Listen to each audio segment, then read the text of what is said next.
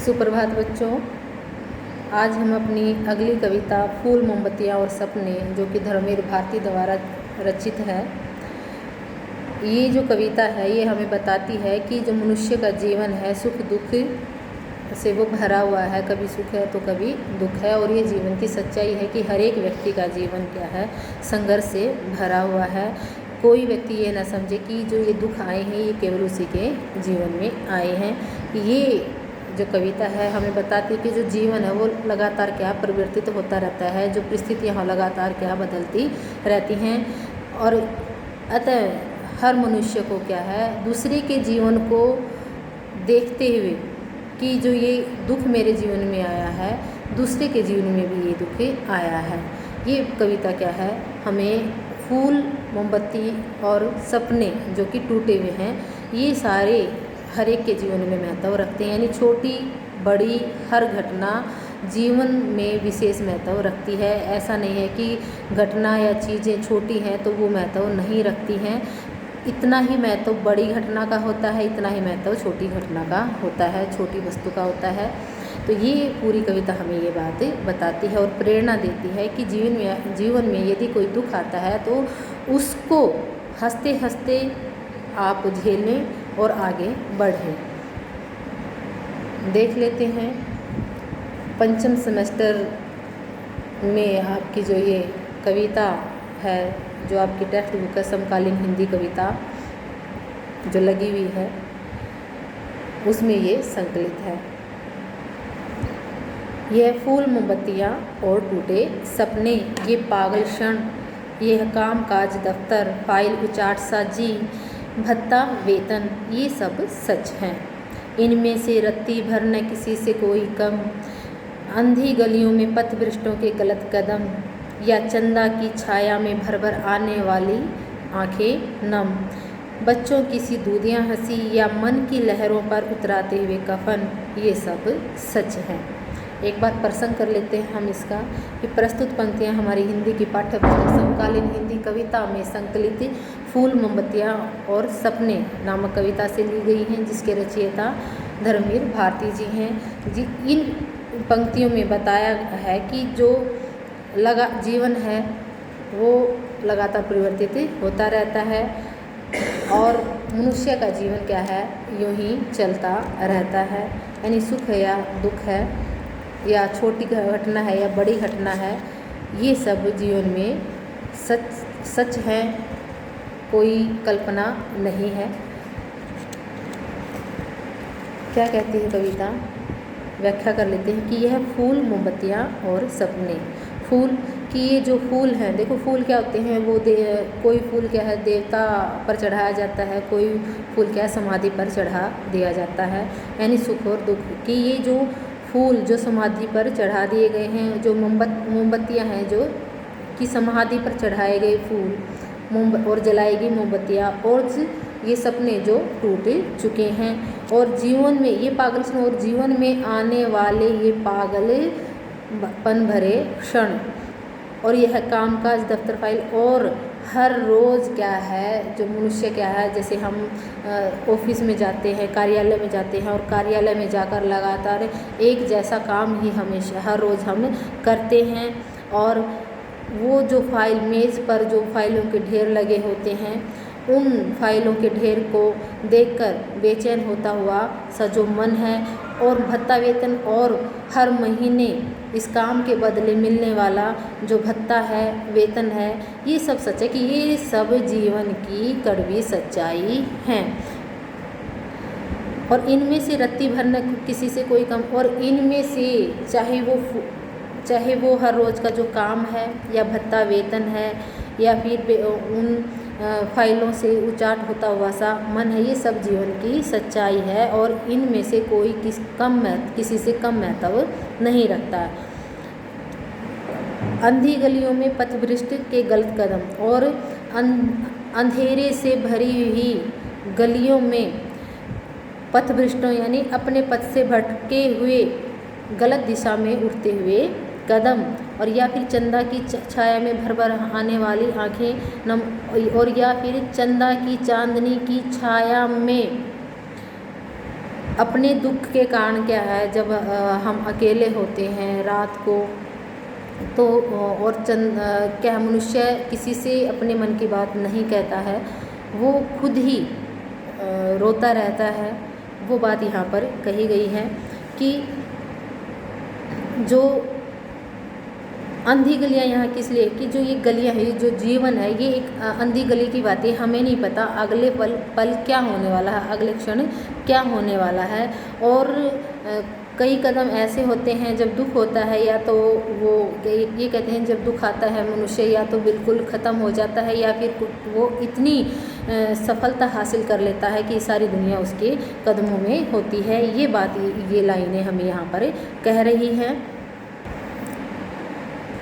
और बच्चों की सी दूधिया हंसी या मन की लहरों पर उतराते हुए कफन, और ये बच्चों जैसी निश्चल दूधिया हंसी या निश्चल हंसी, और या फिर जो मन की लहरों पर जो दुख के कारण उतराते हुए कफन का अर्थ है कि जो मन की देखो, एक तो बच्चों जैसी दूधिया हंसी है, निश्चल हंसी है, एक तरफ तो वो है, और एक तरफ मन की लहरों पर उतरते हुए कफन। ये क्या है, सबके जीवन की सच्चाई है कि कोई आज हंस रहा है तो कोई वही व्यक्ति कल क्या है, मृत्यु के कारण। कफन का अर्थ यही होता है कि या तो हंसता हुआ मन है, या फिर दुख भरा मन है। ये सब क्या है, जीवन की कड़वी सच्चाई होती है। यानी हर एक के जीवन में सुख और दुख आता रहता है। अब हम इसकी व्याख्या सही से कर लेंगे। कवि कहता है कि जो फूल हैं, मोमबत्तियाँ हैं, और जो सपने हैं जो अब टूट चुके हैं, ये हर एक के जीवन की कड़वी सच्चाई है। और जो मनुष्य का जीवन में जो मस्ती भरे या पागलपन भरे जो पल हैं, वो भी क्या है, कड़वी सच्चाई है। और यानी ये सब फूल, मोमबत्तियाँ और टूटे हुए सपने, ये मनुष्य के जीवन में वास्तविकता रखते हैं। ये कोई कल्पना नहीं है, ये जीवन में अपना महत्व रखते हैं। और जो मनुष्य है, जो हर रोज़ कार्यालय में जाता है, दफ्तर में जाता है, और दफ्तर में जाकर काम काज करता है, कि जैसे दफ्तर में एक जैसा ही आपका क्रियाकलाप हो जाना, उससे क्या है, ऊब जाता है।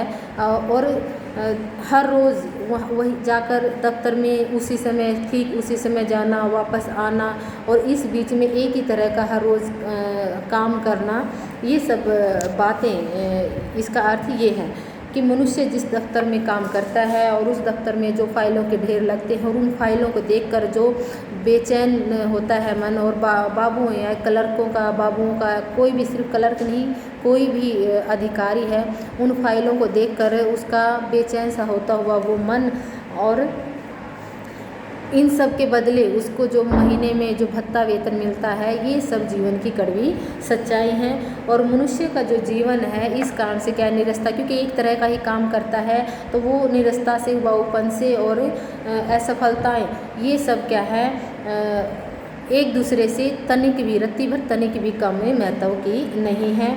और फिर कि अंधेरी गलियों में आदमी के भटकते हुए कदम, और चांदनी की छाया में या फिर चांदनी से भरे हुए आकाश की छाया के नीचे नम होती हुई या फिर आंसुओं से भरी हुई आँखें, और बालकों जैसी ये निश्चल हंसी, और या फिर मन की लहरों पर उतरते हुए कफन, ये सब मनुष्य के जीवन की कड़वी सच्चाई हैं। और जो मनुष्य है वो क्या है, सुख और दुख झेलता है।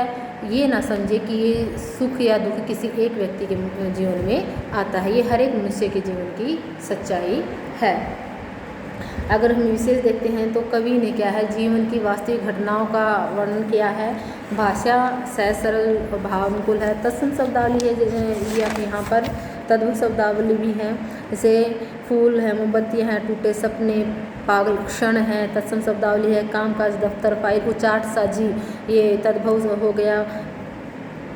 और अगर हम भर में देखें तो ये हमारी हो गई पुनरुक्ति, प्रकाश अलंकार हो गया। किसी में हम दूधिया हंसी, ये हमारा ये देखो उपमा की गई है इसकी, दूधिया, दूध जैसी, उपमा अलंकार हो गया, मन की लहरों पर उतराते हुए कफन, ये सब सच हैं। यहाँ पर अनुप्रास अलंकार हो गया है, ये हमारा विशेष है। इसमें वर्णनात्मक शैली है कि वर्णनात्मक कैसे, जैसे कामकाज है, दफ्तर फाइल हैं, जो चार साजी है, यहाँ वर्णन किया गया है, गिनाई गई हैं चीज़ें, तो यहाँ पर वर्णनात्मक शैली है। फूल मोमबत्तियाँ सपने, हम अगर इसके शीर्षक से भी देखें तो वर्णनात्मक शैली में लिखी गई है ये कविता। आगे देखें, जीवन है कुछ इतना विराट इतना व्यापक, उसमें है सबके लिए जगह सबका महत्व, उम्मीदों की कोरों पर माथा रखकर रोने वालों, यह दर्द तुम्हारा नहीं सिर्फ ये सबका है, सबने पाया है प्यार सभी ने खोया है, सबका जीवन है भार और सभी जीते हैं, बेचैन न हो यह दर्द अभी कुछ और गहरे उतरता है, फिर एक ज्योति मिल जाती है। अब क्या कहते हैं इन पे कि ये जीवन क्या है, इतना विराट इतना विशाल और व्यापक है, इसमें छोटी से छोटी घटना बड़ी से बड़ी घटना का बराबर का महत्व होता है, या फिर अमीर या गरीब, इस जीवन में सब, ये जीवन इतना विशाल है इतना व्यापक है, इसमें छोटी से छोटी और बड़ी से बड़ी और कम महत्व बड़े लोगों के लिए और उन लोगों के लिए जो क्या है दुख के कारण रोते रहते हैं, सभी के लिए बराबर जगह है। और ओ मेज़ों की कोरों पर माथा रखकर रोने वालों, अब आगे क्या है संबोधित करता है कि ओ मेज़ के किनारों पर मस्तक अपने दुख के कारण अपने दुख में सिमटे हुए, मेज़ के किनारों पर कोरों पर मस्तक रख कर रोने वालों सुनो कि यह दर्द तुम्हारा, कि ये जो दर्द तुम्हारे जीवन में आया है, ये दर्द केवल तुम्हारा नहीं है, हर एक के जीवन में ये दर्द आता है, हर एक के जीवन में संघर्ष है, हर एक को अपने जीवन में क्या है विकट परिस्थितियों का सामना करना पड़ता है, अकेले तुमने ही दर्द को सहन नहीं किया है, और सबने पाया है प्यार सभी ने खोया, कि यहाँ हर एक व्यक्ति ने अपना कोई न कोई खोया है और उसके बदले में कुछ प्राप्त किया है, कि हर व्यक्ति ने यहाँ पर प्रेम किया है और उस प्रेम को उसने खोया भी है, अकेले तुम ही नहीं हो जिसने प्रेम प्राप्त किया है और खो दिया है। हर एक के जीवन में ये दुख के क्षण आए हैं, सबका जीवन है भार और सब जीते हैं, कि हर एक व्यक्ति का जीवन क्या है भार स्वरूप होता है, अर्थात हर एक व्यक्ति को अपना जीवन कभी न कभी ऐसे पल में जिया है जब उसे अपना जीवन भार लगने लगा है, और लेकिन फिर भी उस भार को लेते हुए, उस दुख के भार को लेते हुए सब व्यक्ति जीते हैं और बेचैन न हो, और इसलिए तू अपने दुख को देखकर बेचैन मत हो, यह दर्द अभी कुछ और गहरे उतरता। कहते हैं जो दर्द है यदि आप उसको ऊपर से जियोगे तो वो दर्द क्या है फिर आप वास्तविकता में नहीं जीते हैं।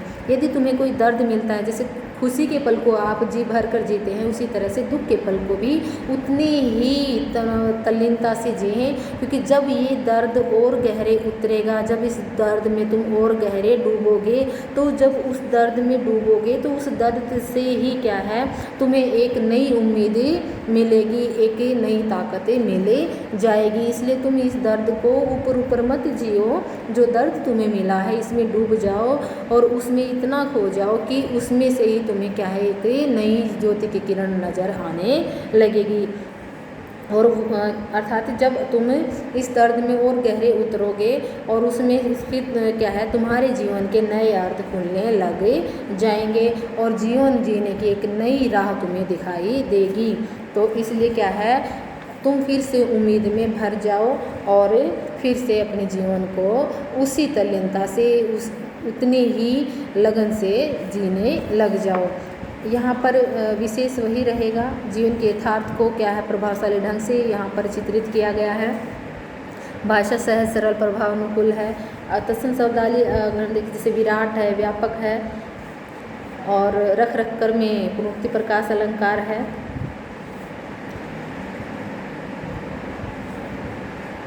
तो ये हमारा था, ये इसमें हमारा विशेष हो गया है। वर्णात्मक शैली रहेगी, प्रसाद गुण सर्वत्र व्याप्त है। आगे देखें, यह सभी तार बन जाते हैं, कोई अनजान उंगलियां इन पर तैर तैर कर सब में संगीत जगा देती हैं अपने अपने।